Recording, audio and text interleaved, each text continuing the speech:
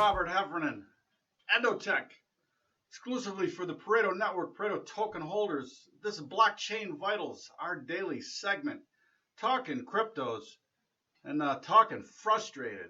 All right, I'm a master technician in the matrix, and I got to tell you, the whispers are the whispers. But Kyle, what's happening, man? It's me and you right now. I mean, we get a lot of views after it, but you're the one on live with me now. Let's rock and roll this. I've said before, I've lost more money listening to the whispers instead of paying attention to the chart than any other thing. All right, all the information available is borne out in the chart. I believe that. I believe that forever. And so yesterday's action looked good. I jumped in. Guess what? Today, no follow through, zero follow through. I'm out. It's pretty simple. And that's just the way you got to play it. When things find momentum, they tend to stay in. I treat momentum kind of like that physics equation. Object in motion tends to stay in motion, right? When things find momentum, they tend to stay in it for several days, if not weeks in a row. And right now, these things can't find momentum one way or the other, really. It's a major festival of nothingness, all right? We had some other choice ways to describe this kind of market on the floor, and I'll leave those out for right now in case there's any young ears listening. Let's do the rounds. Doing the rounds, another segment we do every day, talking things in cryptosphere. I watched a bit more of the consensus conference today, and a lot of suits. I got to tell you, a lot of suits there. Not many hoodies. I think it's got to be 4 or 5 to 1 suits to hoodies at that convention. But anyway, one thing I noticed again from the government, trying to wrap their heads around this thing and trying to just really keep the scammers out of the space, which is, I'm all for that, all right? No need for the scammers in the space. And they're still working through the processes of who is going to have jurisdiction over what. But definitely, again today, not a single word out of the regulators that was negative or clamping down or prohibitive. Best practices are best practices. Remind me later. Technology trying to update. I'm already updated. I'm fully updated. All right. Listen. The other thing in the news today, 2 things that I thought were awesome. First of all, HTC Exodus. HTC is a cell phone maker out of Taiwan, and Exodus is going to be the world's first blockchain encoded or encrypted, or the blockchain heavily involved in the infrastructure of the cell phone. So blockchain apps will work seamlessly on this phone. Just another indication that the future's here, and it's called blockchain. All right, and the other one was Coinbase out today with 3 more initiatives. One they had already talked about block trading in Chicago. But again, Coinbase really putting forth an effort to capture the institutional market that is coming your way. All right, and that's fine. Let the institutions play. Big orders move the market. All right, and right now that's the biggest problem with these institutions in this space, especially with the majors, is finding liquidity pools that they can actually put that kind of money that they have to work. So it's encouraging to see. So let's take the vitals, because let's talk the markets. All right, taking the vitals. We do it every day. It is their relative health or sickness of the 10 majors at EndoTech.io. EndoTech.io. If you are a Pareto token holder, you have access to the site. If you are not a Pareto token holder, you need to buy some Pareto, man, and get on the site, because there's a ton of awesome information on the site. Let's just talk about it.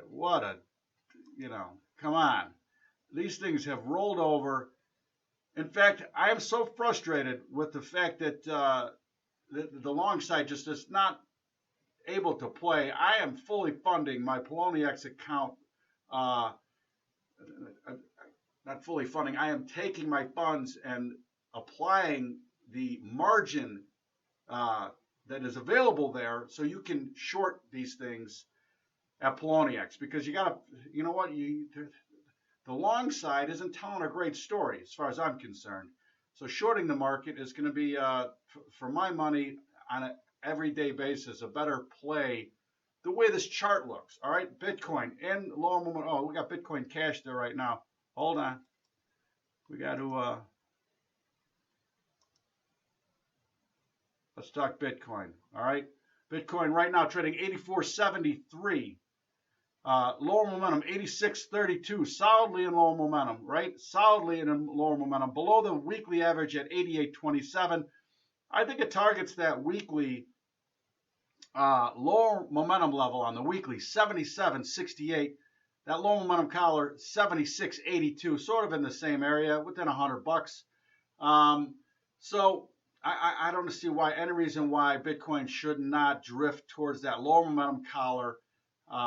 They had every reason to follow through today, and they just couldn't. So below lower momentum on the daily, below the average, heading towards lower momentum on the weekly. That's my call on Bitcoin right now. Ethereum, again, you know, just disappointed. I'm just disappointed. 705 right now, trading 705. Lower momentum on the daily, 702. So toying with that level. 641 is the weekly average. Lower momentum on the weekly, 492. I think those are the levels you got to start looking at here, as this stuff just does not look healthy. The only one that looks healthy is Zcash. All right, and Zcash had an explosive rally on the news of its listing at Gemini, I believe. And I got to tell you, I think the Zcash thing, much like REP, Augur. All of a sudden, I'm French. You know, listing on an exchange, they doubled the price in Augur, and I just don't see it. In fact, with Zcash, for me, it's, you know, buy the rumor or buy this news and then sell the day that it opens. I think it opens on the 19th for trading there. I'm actually going to try to buy a pullback in Zcash at 301. Zcash is not in the top 10, so it fell out of favor, and it's not on the sheet on EndoTech.io, but the new upgrades coming to EndoTech.io will allow you to type in whatever coin you want and get these levels on it. But let's just talk some levels in Zcash. 320 is upmo on the daily, 320. 288 is the average, and on the weekly,